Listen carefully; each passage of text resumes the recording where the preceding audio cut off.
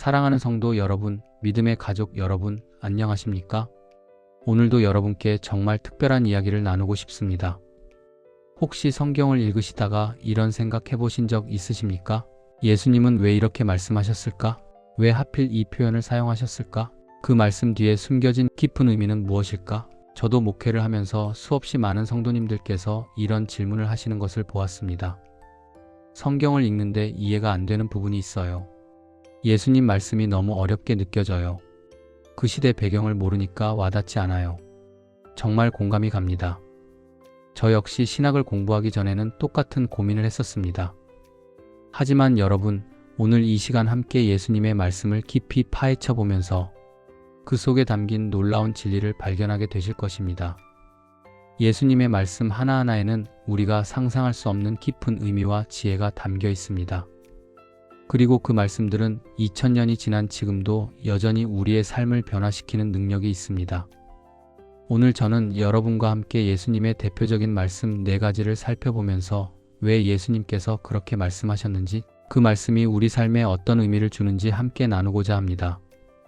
이 시간이 끝날 때쯤이면 여러분의 신앙생활에 새로운 빛이 비춰질 것이라 확신합니다. 그럼 지금부터 함께 예수님의 놀라운 말씀 속으로 들어가 보시겠습니다.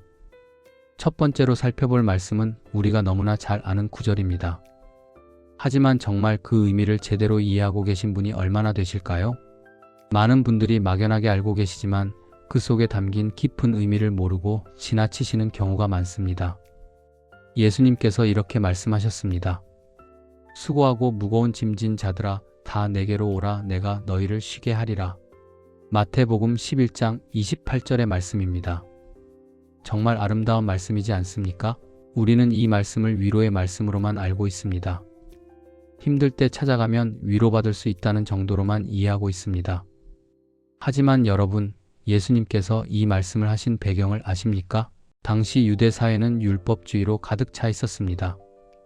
바리새인들과 서기관들은 백성들에게 613가지의 율법 조항을 지키라고 강요했습니다. 안식일에는 이것도 하지 말고 저것도 하지 말라고 했습니다. 손을 씻을 때도 정해진 방법대로 해야 하고 먹을 때도 규칙을 지켜야 했습니다. 심지어 안식일에 계란을 주우면 안 된다는 규정까지 있었습니다. 왜냐하면 그 계란이 안식일에 나아진 것인지 확인할 수 없기 때문이라는 것입니다. 얼마나 답답한 규정입니까? 백성들은 이런 무수한 규정들 때문에 숨이 막힐 지경이었습니다. 하나님을 섬기는 것이 기쁨이 아니라 짐이 되어버린 것입니다. 신앙생활이 자유가 아니라 속박이 되어버렸습니다. 바로 이런 상황에서 예수님께서 이 말씀을 하신 것입니다. 수고하고 무거운 짐진 자들아라는 표현은 단순히 인생이 힘든 사람들을 의미하는 것이 아닙니다. 종교적인 율법의 짐으로 고통받는 사람들을 의미하는 것입니다. 하나님을 믿으면서도 자유를 누리지 못하고 끊임없이 죄책감에 시달리는 사람들을 말하는 것입니다. 예수님은 바로 그런 사람들에게 말씀하십니다. 다 내게로 오라. 여기서 다라는 단어가 정말 중요합니다. 예수님은 완벽한 사람만 오라고 하지 않으셨습니다. 율법을 다 지킨 사람만 오라고 하지 않으셨습니다. 실패한 사람도, 연약한 사람도, 죄인도 모두 다 오라고 하신 것입니다. 그리고 내가 너희를 쉬게 하리라고 약속하십니다. 여기서 쉬게 하리라는 말은 단순히 육체적인 휴식을 의미하지 않습니다. 헬라어 원문을 보면 아나파우소라는 단어인데 이것은 완전한 평안과 회복을 의미합니다. 영혼의 깊은 곳에서부터 오는 참된 안식을 말하는 것입니다. 예수님께서 이 말씀을 하신 이유는 명확합니다. 종교적인 율법과 규정으로는 결코 참된 평안을 얻을 수 없다는 것을 가르쳐 주시기 위함입니다. 우리가 아무리 노력하고 애써도 우리 자신의 힘으로는 구원에 이를 수 없습니다. 오직 예수님께 나아갈 때 그분의 은혜로만 참된 안식을 누릴 수 있습니다. 그렇다면 이 말씀을 오늘 2025년을 살아가는 우리는 어떻게 적용해야 할까요? 여러분, 혹시 신앙생활이 짐처럼 느껴지시나요? 교회 봉사가 의무처럼 느껴지시나요? 기도하고 성경 읽는 것이 부담스러우신가요? 하나님께서 나를 사랑하신다는 것을 머리로는 알지만 가슴으로 느껴지지 않으신가요? 그렇다면 여러분은 지금 율법주의에 빠져 있는 것입니다. 2000년 전 유대인들처럼 종교적인 규정과 의무에 짓눌려 있는 것입니다. 예수님은 지금도 여러분께 말씀하십니다. 내게로 오라. 완벽하게 준비되어서 오는 것이 아닙니다. 부족한 모습 그대로, 연약한 모습 그대로 나오면 됩니다. 제가 아는 한 성도님이 계십니다. 이분은 평생 모범적인 신앙생활을 하셨습니다. 새벽 기도도 빠지지 않고 11조도 정확히 하고 봉사도 열심히 하셨습니다. 그런데 이분이 어느 날 제게 상담을 요청하셨습니다. 목사님, 저는 왜 이렇게 신앙생활이 힘들까요? 저는 하나님을 기쁘시게 하려고 이렇게 노력하는데 왜 마음에 평안이 없을까요? 저는 이분께 오늘 나눈 말씀을 전해드렸습니다. 성도님, 지금 하나님께 인정받으려고 노력하고 계신 것 아닙니까? 하나님의 사랑을 얻으려고 애쓰고 계신 것 아닙니까? 하지만 하나님은 이미 성도님을 사랑하십니다. 성도님이 무엇을 하든 하지 않든 하나님의 사랑은 변하지 않습니다. 그저 예수님께 나아가십시오. 있는 모습 그대로 나아가십시오. 몇 달 후 이분이 다시 찾아오셨습니다. 얼굴이 완전히 달라져 있었습니다. 목사님, 이제야 진짜 신앙생활이 뭔지 알 것 같아요. 이제는 의무가 아니라 기쁨으로 하나님을 섬기게 되었어요. 정말 감사한 간증이었습니다. 여러분도 오늘 이 말씀을 마음에 새기시기 바랍니다. 예수님께서 수고하고 무거운 짐 진 자들아 다 내게로 오라고 하신 이유는 우리에게 참된 안식을 주시기 위함입니다. 종교적인 의무가 아니라 사랑의 관계 속에서 하나님을 만나게 하시기 위함입니다. 두 번째로 살펴볼 말씀은 예수님께서 하신 정말 놀라운 선언입니다. 이 말씀은 당시 사람들에게 엄청난 충격을 주었습니다. 왜냐하면 이 말씀은 기존의 종교적 관념을 완전히 뒤집어 놓는 말씀이었기 때문입니다. 예수님께서 말씀하셨습니다. 나는 길이요 진리요 생명이니 나로 말미암지 않고는 아버지께로 올 자가 없느니라. 요한복음 14장 6절의 말씀입니다. 이 말씀을 처음 들은 제자들은 어떤 기분이었을까요? 아마도 엄청난 혼란과 동시에 큰 깨달음이 있었을 것입니다. 왜 예수님께서 이렇게 단호하게 말씀하셨을까요? 당시 배경을 보면 더욱 명확해집니다. 예수님께서 이 말씀을 하신 때는 십자가를 지시기 바로 전날 밤이었습니다. 제자들은 불안해하고 있었습니다. 예수님께서 떠나신다는 말씀을 들었기 때문입니다. 도마라는 제자가 물었습니다. 주님, 주께서 어디로 가시는지 우리가 알지 못하는데 그 길을 어찌 알겠사옵나이까? 정말 솔직한 질문이었습니다. 우리도 때로는 도마처럼 길을 잃은 것 같은 느낌이 들 때가 있지 않습니까? 인생의 방향을 잃고 헤맬 때가 있습니다. 어디로 가야 할지 모를 때가 있습니다. 바로 이런 제자들에게 예수님께서 이 말씀을 하신 것입니다. 나는 길이요. 여기서 길이라는 표현이 정말 중요합니다. 당시 유대 사회에는 수많은 종교적 길들이 있었습니다. 바리새파의 길이 있었고 사두개파의 길이 있었고 에세네파의 길이 있었습니다. 각각의 파벌들은 자기들의 길이 하나님께 이르는 길이라고 주장했습니다. 그런데 예수님께서는 나는 길이요라고 하셨습니다. 여러 길 중에 하나가 아니라 유일한 길이라는 것입니다. 그리고 진리요라고 하셨습니다. 진리라는 것은 변하지 않는 절대적인 것을 의미합니다. 시대가 바뀌어도 문화가 달라져도 변하지 않는 것입니다. 예수님은 유행을 따르는 종교 지도자가 아니십니다. 시대에 맞춰 변하는 철학자가 아니십니다. 영원 불변하신 진리 자체이십니다. 그리고 생명인이라고 하셨습니다. 생명이라는 것은 단순히 생물학적인 생명을 의미하지 않습니다. 헬라어 원문을 보면 조에라는 단어를 사용하셨는데 이것은 영원한 생명, 하나님의 생명을 의미합니다. 예수님 안에 참된 생명이 있다는 것입니다. 그리고 마지막으로 결정적인 말씀을 하십니다.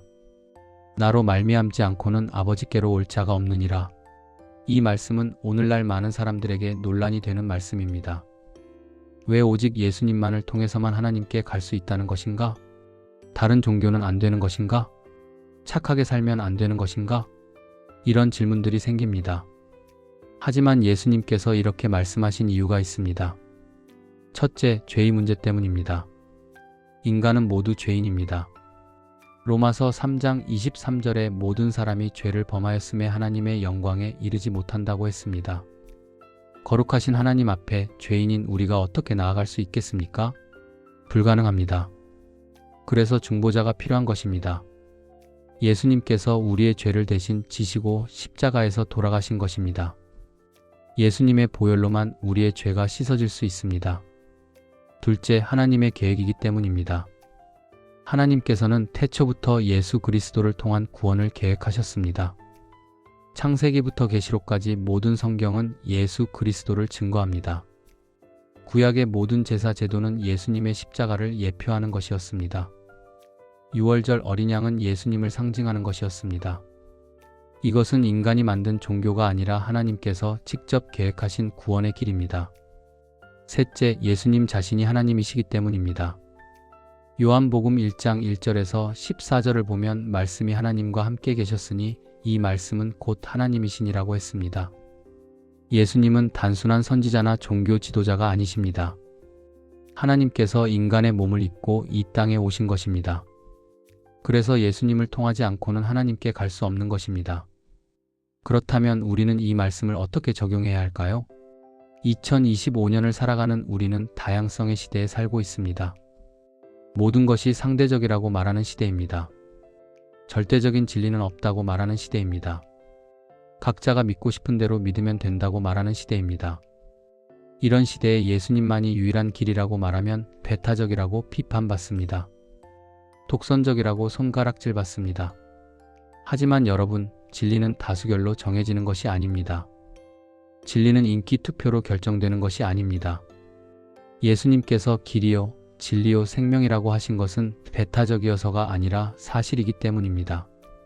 만약 병원에서 의사가 이 약만이 당신을 살릴 수 있습니다 라고 말한다면 그것이 배타적인 것입니까? 아닙니다. 그것은 사실을 말하는 것입니다. 예수님도 마찬가지입니다. 예수님만이 우리를 구원하실 수 있다는 것은 배타적인 주장이 아니라 영적인 사실입니다. 제가 상담했던 한 청년이 있습니다. 이 청년은 대학에서 철학을 전공했는데 여러 종교와 사상을 공부하면서 혼란스러워했습니다. 목사님, 세상에는 좋은 가르침이 너무 많아요. 불교에도 좋은 가르침이 있고 유교에도 좋은 가르침이 있어요. 왜 꼭 예수님만 믿어야 하나요? 저는 이 청년에게 물었습니다. 자네는 왜 대학에 가는가? 좋은 직장을 얻기 위해서죠. 그렇다면 좋은 직장을 얻으려면 어떻게 해야 하나? 실력을 쌓아야죠. 맞네. 그런데 실력을 쌓는다고 해서 모든 사람이 다 같은 직장에 들어가는가? 아니요. 그 회사가 요구하는 조건을 맞춰야죠. 바로 그것일세. 하나님 나라에 들어가는 것도 마찬가지라네. 하나님께서 정하신 방법이 있고 그 방법이 바로 예수 그리스도를 믿는 것일세. 이것은 배타적인 것이 아니라 하나님의 방법일 뿐이라네. 이 청년은 깊이 생각한 후에 이렇게 말했습니다. 이해가 됩니다. 제가 교만했던 것 같아요. 하나님의 방법을 제 기준으로 판단하려고 했네요. 정말 아름다운 고백이었습니다. 여러분, 예수님께서 나는 길이요 진리요 생명이니 나로 말미암지 않고는 아버지께로 올 자가 없느니라고 하신 이유는 우리에게 확실한 구원의 길을 보여주시기 위함입니다. 헤매지 말라는 것입니다. 다른 곳에서 답을 찾지 말라는 것입니다. 오직 예수님만이 우리를 하나님께로 인도하시는 유일한 길이십니다. 세 번째로 살펴볼 말씀은 예수님의 가장 유명한 기도문 중 하나입니다. 우리가 주기도문이라고 부르는 이 기도문은 단순히 암송하는 기도가 아닙니다. 그 속에는 예수님께서 우리에게 가르쳐 주시는 놀라운 진리가 담겨 있습니다. 예수님께서 가르쳐 주신 주기도문 중에서 오늘은 특별히 한 구절을 깊이 살펴보겠습니다. 일용할 양식을 오늘 우리에게 주옵시고. 마태복음 6장 11절의 말씀입니다. 이 짧은 한 구절 속에 얼마나 깊은 의미가 담겨 있는지 아십니까? 우리는 흔히 이 구절을 단순하게 생각합니다. 오늘 먹을 것을 달라는 기도라고 생각합니다. 물론 틀린 말은 아닙니다. 하지만 예수님께서 이 표현을 사용하신 데는 훨씬 더 깊은 의미가 있습니다. 먼저 일용할 양식이라는 표현을 보십시오. 헬라어 원문을 보면 에피우시오스라는 단어가 사용되었는데 이것은 성경에서 딱 한 번만 나오는 단어입니다. 학자들은 이 단어의 정확한 의미를 놓고 오랫동안 논쟁해 왔습니다. 어떤 학자들은 오늘 필요한 것이라고 해석하고 어떤 학자들은 내일을 위한 것이라고 해석합니다. 또 어떤 학자들은 영적인 양식을 의미한다고 해석합니다. 그런데 왜 예수님께서 이렇게 애매한 표현을 사용하셨을까요? 그 이유를 알려면 구약 시대로 돌아가야 합니다. 이스라엘 백성들이 출애굽한 후 광야에서 40년을 지낼 때가 있었습니다. 광야에는 먹을 것이 없었습니다. 백성들은 배가 고파서 원망했습니다. 그때 하나님께서 만나를 내려주셨습니다. 출애굽기 16장을 보면 그 이야기가 나옵니다.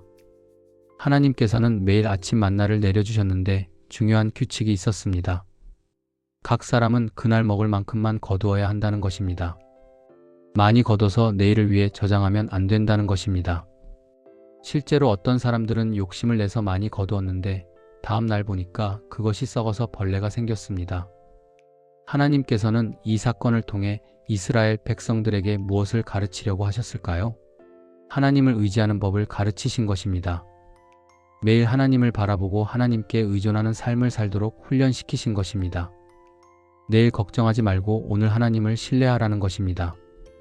예수님께서 일용할 양식을 오늘 우리에게 주옵시고라고 기도하라고 하신 것도 같은 맥락입니다. 오늘 필요한 것을 오늘 구하라는 것입니다. 내일 걱정은 내일 하라는 것입니다. 매일 하나님께 의존하는 삶을 살라는 것입니다. 그런데 여러분, 우리는 어떻습니까? 우리는 항상 내일을 걱정합니다. 다음 주를 걱정하고 다음 달을 걱정하고 내년을 걱정합니다. 노후를 걱정하고 자녀 교육비를 걱정하고 건강을 걱정합니다. 물론 미래를 준비하는 것 자체가 나쁜 것은 아닙니다. 잠언 6장에서도 개미를 보고 배우라고 했습니다. 여름에 양식을 준비하는 개미의 지혜를 본받으라고 했습니다. 하지만 문제는 걱제시도치개 속정입니다. 준비하는 것과 걱정하는 것은 다릅니다. 준비는 지혜이지만 걱정은 불신앙입니다.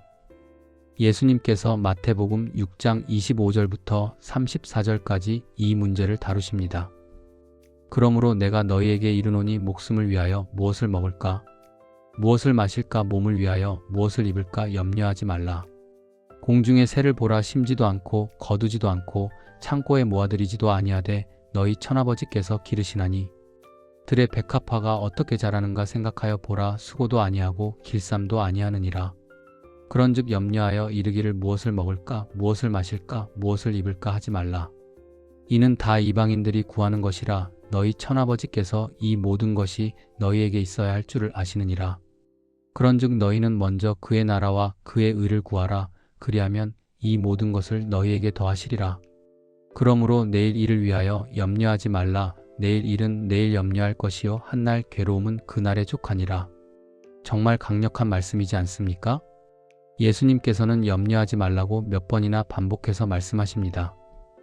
왜 그렇게 강조하셨을까요? 염려가 우리의 신앙을 무너뜨리기 때문입니다. 염려는 하나님을 신뢰하지 못한다는 증거입니다. 하나님께서 나를 돌보실 능력이 없다고 생각하는 것입니다. 하나님께서 나의 필요를 아시지 못한다고 생각하는 것입니다. 그래서 예수님께서 일용할 양식을 오늘 우리에게 주옵시고라고 기도하라고 가르치신 것입니다. 오늘 필요한 것만 구하면서 하나님을 신뢰하는 법을 배우라는 것입니다. 그리고 여기서 또 하나 중요한 것은 우리에게라는 표현입니다.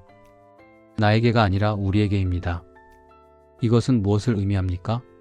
신앙은 개인적인 것이지만 동시에 공동체적이라는 것입니다. 나만 배부르면 되는 것이 아니라 우리 모두가 함께 먹어야 한다는 것입니다. 내 이웃이 굶주리는데 나만 배부르다면 그것은 온전한 기도가 아닙니다. 예수님께서 이 기도를 가르치신 대상을 보십시오. 제자들입니다. 제자들은 공동체였습니다. 그들은 함께 생활하고 함께 나누는 삶을 살았습니다. 초대교회도 마찬가지였습니다.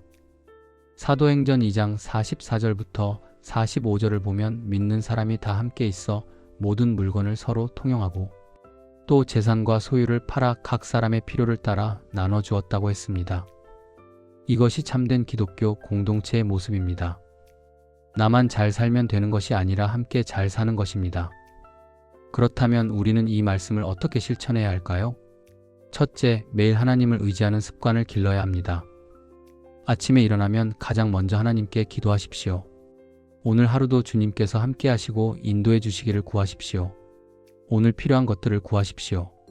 이것은 하나님을 의지하는 훈련입니다. 둘째, 과도한 염려를 내려놓아야 합니다. 물론 계획을 세우고 준비하는 것은 필요합니다. 하지만 밤잠을 설칠 정도로 걱정하는 것은 불신앙입니다. 염려가 생길 때마다 그것을 기도로 바꾸십시오. 빌립보서 4장 6절에서 7절을 보면 아무것도 염려하지 말고 다만 모든 일에 기도와 간구로 너희 구할 것을 감사함으로 하나님께 아뢰라. 그리하면 모든 지각에 뛰어난 하나님의 평강이 그리스도 예수 안에서 너희 마음과 생각을 지키시리라고 했습니다. 셋째, 나눔을 실천해야 합니다. 우리에게라는 표현을 기억하십시오. 내 이웃을 생각하십시오. 내가 받은 은혜를 나누십시오. 교회 안에 어려운 성도가 있다면 도우십시오. 주변에 힘든 사람이 있다면 손을 내밀어 주십시오. 제가 섬기는 교회에 한 권사님이 계십니다. 이분은 경제적으로 그렇게 여유롭지 않으십니다. 남편이 일찍 돌아가시고 혼자서 자녀들을 키우셨습니다. 그런데 이분은 매주 교회에 반찬을 가져오십니다. 혼자 사는 청년들을 위해서, 아픈 성도들을 위해서 정성껏 음식을 만들어 오십니다. 어느 날 제가 물었습니다. 권사님, 형편이 어려우신데 어떻게 이렇게 하십니까?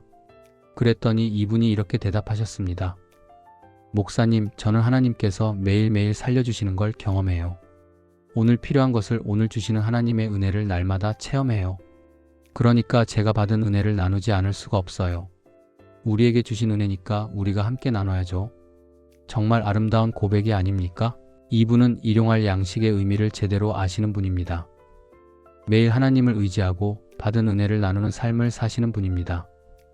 여러분, 예수님께서 일용할 양식을 오늘 우리에게 주옵시고라고 기도하라고 가르치신 이유는 우리가 매일 하나님을 의지하는 삶을 살도록 하기 위함입니다. 과도한 염려에서 벗어나 하나님을 신뢰하는 평안을 누리도록 하기 위함입니다. 그리고 받은 은혜를 이웃과 함께 나누는 공동체를 만들기 위함입니다. 네 번째로 마지막으로 살펴볼 말씀은 예수님께서 십자가에서 하신 말씀입니다. 이 말씀은 인류 역사상 가장 위대한 말씀 중 하나입니다. 이 말씀 속에 예수님의 사랑과 용서의 깊이가 고스란히 담겨 있습니다. 예수님께서 십자가에 달리셔서 말씀하셨습니다. 아버지, 저들의 죄를 사하여 주옵소서. 자기들이 하는 것을 알지 못함이니이다. 누가복음 23장 34절의 말씀입니다. 이 말씀을 들으면 가슴이 먹먹해집니다. 예수님께서는 지금 어떤 상황에 계십니까? 십자가에 못 박히신 상황입니다. 손과 발에 대못이 박혀 있습니다. 상상할 수 없는 고통 가운데 계십니다. 숨을 쉬는 것조차 고통스러운 상황입니다. 그런데 그 순간에 예수님께서 무엇을 하십니까? 자신을 십자가에 못 박은 사람들을 위해 기도하십니다. 용서를 구하십니다. 보통 사람이라면 어떻게 했을까요? 원망했을 것입니다. 저주했을 것입니다. 복수를 다짐했을 것입니다. 하지만 예수님은 정반대로 하십니다. 용서를 구하십니다. 왜 예수님께서 이렇게 하셨을까요? 단순히 착하셔서일까요? 인격이 훌륭하셔서일까요? 아닙니다. 여기에는 훨씬 더 깊은 이유가 있습니다. 예수님께서 십자가에 달리신 이유 자체가 바로 죄사함을 위한 것이었기 때문입니다. 마태복음 26장 28절을 보면 예수님께서 최후의 만찬에서 이렇게 말씀하셨습니다. 이것은 죄사함을 얻게 하려고 많은 사람을 위하여 흘리는 바 나의 피 곧 언약의 피니라. 예수님께서 십자가에 달리신 목적이 죄를 용서하기 위함입니다. 그러니 십자가 위에서도 용서를 구하시는 것은 너무나 당연한 것입니다. 예수님의 사역 전체가 용서의 사역이었습니다. 그런데 여기서 주목할 부분이 있습니다. 자기들이 하는 것을 알지 못함이니이다라는 표현입니다. 이것은 무엇을 의미합니까? 사람들이 무지했다는 것입니다. 자기들이 지금 무슨 일을 하고 있는지 몰랐다는 것입니다. 실제로 예수님을 십자가에 못 박은 로마 군인들은 그냥 명령에 따라 일을 했을 뿐입니다. 그들은 예수님이 누구신지 몰랐습니다. 하나님의 아들을 십자가에 못 박고 있다는 사실을 몰랐습니다. 유대 종교 지도자들도 마찬가지입니다. 그들은 자기들이 옳은 일을 한다고 생각했습니다. 신성모독하는 이단을 제거한다고 생각했습니다. 하나님을 위한 일을 한다고 착각했습니다. 사도 바울도 나중에 디모데전서 1장 13절에서 이렇게 고백합니다. 내가 전에는 비방자여 박해자여 폭행자였으나 도리어 긍휼을 입은 것은 내가 믿지 아니할 때에 알지 못하고 행하였음이라. 바울도 자기가 하는 일을 알지 못했던 것입니다. 그리스도인들을 박해하는 것이 하나님을 섬기는 일이라고 착각했던 것입니다. 예수님께서는 이런 인간의 무지함을 아십니다. 사람들이 죄를 짓는 것이 악해서가 아니라 무지해서라는 것을 아십니다. 진리를 모르기 때문에 죄를 짓는다는 것을 아십니다. 그래서 용서를 구하시는 것입니다. 아버지, 저들이 무지합니다. 알지 못합니다. 그러니 용서해 주십시오. 이것이 예수님의 기도입니다. 그런데 여기서 더 놀라운 것이 있습니다. 이 용서가 누구에게만 적용되는 것이 아니라는 점입니다. 당시 십자가 아래 있던 사람들에게만 해당되는 것이 아닙니다. 모든 인류에게 해당됩니다. 우리에게도 해당됩니다. 우리도 무지했습니다. 우리도 우리가 하는 것을 알지 못했습니다.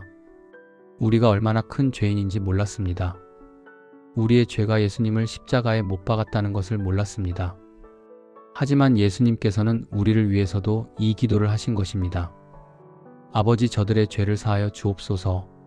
로마서 5장 8절에서 우리가 아직 죄인 되었을 때 그리스도께서 우리를 위하여 죽으심으로 하나님께서 우리에 대한 자기의 사랑을 확증하셨느니라고 했습니다. 우리가 회개하기 전에 이미 예수님께서 우리를 위해 죽으셨습니다. 우리가 하나님을 찾기 전에 이미 하나님께서 우리를 찾으셨습니다. 이것이 십자가의 사랑입니다. 이것이 복음입니다. 그렇다면 우리는 이 말씀을 어떻게 적용해야 할까요? 첫째, 우리 자신의 죄를 깊이 깨달아야 합니다. 십자가를 바라볼 때 우리는 우리의 죄가 얼마나 심각한지 알게 됩니다. 하나님의 아들이 죽으셔야 할 만큼 큰 죄를 우리가 지었다는 것을 깨닫게 됩니다. 많은 사람들이 자기 죄를 가볍게 여깁니다. 나는 살인한 것도 아니고 도둑질한 것도 아니고 그렇게 나쁜 사람이 아니라고 생각합니다. 하지만 하나님의 기준은 다릅니다. 작은 거짓말도 죄입니다. 마음속의 미움도 죄입니다. 교만한 생각도 죄입니다. 야고보서 2장 10절에 누구든지 온 율법을 지키다가 그 하나를 범하면 모두 범한 자가 되나니라고 했습니다. 우리는 모두 죄인입니다. 둘째, 십자가의 용서를 받아들여야 합니다. 예수님께서 이미 우리 죄를 용서하셨습니다. 십자가에서 다 이루었다고 선포하셨습니다. 우리가 할 일은 그 용서를 믿고 받아들이는 것입니다. 회개하고 예수님을 구주로 영접하는 것입니다. 요한일서 1장 9절에 만일 우리가 우리 죄를 자백하면 그는 미쁘시고 의로우사 우리 죄를 사하시며 우리를 모든 불의에서 깨끗하게 하실 것이요 라고 했습니다. 우리가 죄를 고백하면 하나님께서 용서해 주십니다. 예수님의 십자가 공로로 말미암아 용서해 주십니다. 셋째, 우리도 남을 용서해야 합니다. 이것이 가장 중요합니다. 예수님께서 우리를 용서하셨으니 우리도 남을 용서해야 합니다. 마태복음 18장에 보면 10,000달란트 빚진 종의 비유가 나옵니다. 왕이 이 종의 10,000달란트 빚을 탕감해 주었는데 이 종은 나가서 자기에게 100데나리온 빚진 동료를 용서하지 않고 감옥에 가두었습니다. 이것을 안왕이 크게 노하여 이 종을 옥에 가두었습니다. 예수님께서 이 비유를 하신 후에 이렇게 말씀하셨습니다. 너희가 각각 마음으로부터 형제를 용서하지 아니하면 나의 하늘 아버지께서도 너희에게 이와 같이 하시리라. 우리가 받은 용서가 얼마나 큽니까? 우리의 죄는 10,000달란트와 같습니다. 갚을 수 없는 빚입니다. 하지만 예수님께서 십자가에서 다 갚아주셨습니다. 그런데 우리가 다른 사람의 작은 잘못을 용서하지 못한다면 그것은 얼마나 모순입니까? 용서는 쉽지 않습니다. 특히 깊은 상처를 받았을 때는 더욱 어렵습니다. 하지만 우리가 십자가를 바라보면 용서할 수 있습니다. 예수님께서 우리를 용서하신 그 사랑을 기억하면 용서할 수 있습니다. 제가 상담했던 한 자매님이 계십니다. 이분은 어릴 때 아버지에게 심한 학대를 받으며 자랐습니다. 평생 아버지에 대한 원망과 미움을 품고 살았습니다. 신앙생활을 하면서도 아버지만큼은 도저히 용서할 수 없다고 했습니다. 그런데 어느 날 십자가 앞에 나와 기도하는 중에 깊은 은혜를 체험하셨습니다. 예수님께서 자기 같은 죄인을 위해 십자가에서 돌아가셨다는 것을 깨달았습니다. 자기가 받은 용서가 얼마나 큰지 알게 되었습니다. 그 순간 마음이 녹아내렸습니다. 아버지를 용서할 수 있게 되었습니다. 나중에 이분이 저에게 간증하셨습니다. 목사님, 용서하니까 제가 자유로워졌어요. 미움이 사라지니까 마음에 평안이 찾아왔어요. 이제는 아버지를 위해 기도할 수 있어요. 정말 감동적인 간증이었습니다. 용서는 상대방을 위한 것이기도 하지만 나를 위한 것이기도 합니다. 미움과 원망은 나 자신을 갉아먹습니다. 하지만 용서는 나를 자유롭게 합니다. 여러분, 예수님께서 아버지 저들의 죄를 사하여 주옵소서, 자기들이 하는 것을 알지 못함이니이다라고 기도하신 이유는 우리에게 용서의 본을 보여주시기 위함입니다. 우리도 남을 용서하며 살도록 가르쳐 주시기 위함입니다. 십자가의 사랑으로 용서하며 사는 삶을 살도록 인도하시기 위함입니다. 사랑하는 성도 여러분, 믿음의 가족 여러분, 오늘 우리는 함께 예수님의 4가지 말씀을 깊이 살펴보았습니다. 수고하고 무거운 짐진 자들아 다 내게로 오라는 말씀을 통해 우리는 예수님께 나아갈 때 참된 안식을 얻을 수 있다는 것을 배웠습니다. 나는 길이요 진리요 생명이라는 말씀을 통해 예수님만이 유일한 구원의 길이심을 깨달았습니다. 일용할 양식을 오늘 우리에게 주옵시고라는 말씀을 통해 매일 하나님을 의지하며 사는 삶을 배웠습니다. 아버지 저들의 죄를 사하여 주옵소서라는 말씀을 통해 십자가의 용서와 사랑을 깨달았습니다. 이 4가지 말씀은 모두 연결되어 있습니다. 우리가 예수님께 나아가면 안식을 얻고 예수님을 통해 하나님께 나아가며 매일 하나님을 의지하고 십자가의 사랑으로 용서하며 사는 것입니다. 이것이 바로 그리스도인의 삶입니다. 이것이 바로 예수님께서 우리에게 가르쳐 주신 삶의 방식입니다. 여러분, 오늘 이 말씀들을 마음에 새기시기 바랍니다. 하루하루 살아가면서 이 말씀들을 적용하시기 바랍니다. 힘들고 지칠 때는 예수님께 나아가십시오. 인생의 길을 잃었을 때는 예수님이 길이요 진리요 생명이심을 기억하십시오. 미래가 불안할 때는 오늘 필요한 것을 구하며 하나님을 신뢰하십시오. 누군가를 용서하기 어려울 때는 십자가를 바라보십시오. 예수님의 말씀은 2000년이 지난 지금도 살아있습니다. 여전히 우리의 삶을 변화시키는 능력이 있습니다. 히브리서 4장 12절에 하나님의 말씀은 살아있고 활력이 있어 좌우에 날선 어떤 검보다도 예리하여 혼과 영과 및 관절과 골수를 찔러 쪼개기까지 하며 또 마음의 생각과 뜻을 판단하나니라고 했습니다. 하나님의 말씀은 살아있습니다. 예수님의 말씀은 지금도 우리에게 말씀하십니다. 우리의 마음을 감동시키고 변화시킵니다. 오늘 이 시간 여러분 모두에게 하나님의 은혜가 충만하시기를 축복합니다. 예수님의 말씀이 여러분의 삶 가운데 살아 역사하시기를 기도합니다. 매일 예수님과 동행하는 복된 삶을 사시기를 바랍니다. 이 영상이 은혜가 되셨다면 좋아요 버튼을 눌러주시고 구독과 알림 설정도 부탁드립니다. 댓글로 여러분의 은혜 간증도 나눠주시면 감사하겠습니다. 여러분의 댓글 하나하나가 저에게 큰 힘이 됩니다. 다음 시간에도 더욱 은혜로운 말씀으로 찾아뵙겠습니다. 사랑하는 성도 여러분, 하나님의 은혜와 평강이 여러분과 여러분의 가정에 항상 함께 하시기를 축복하며 기도합니다. 예수님의 이름으로 축복합니다. 아멘.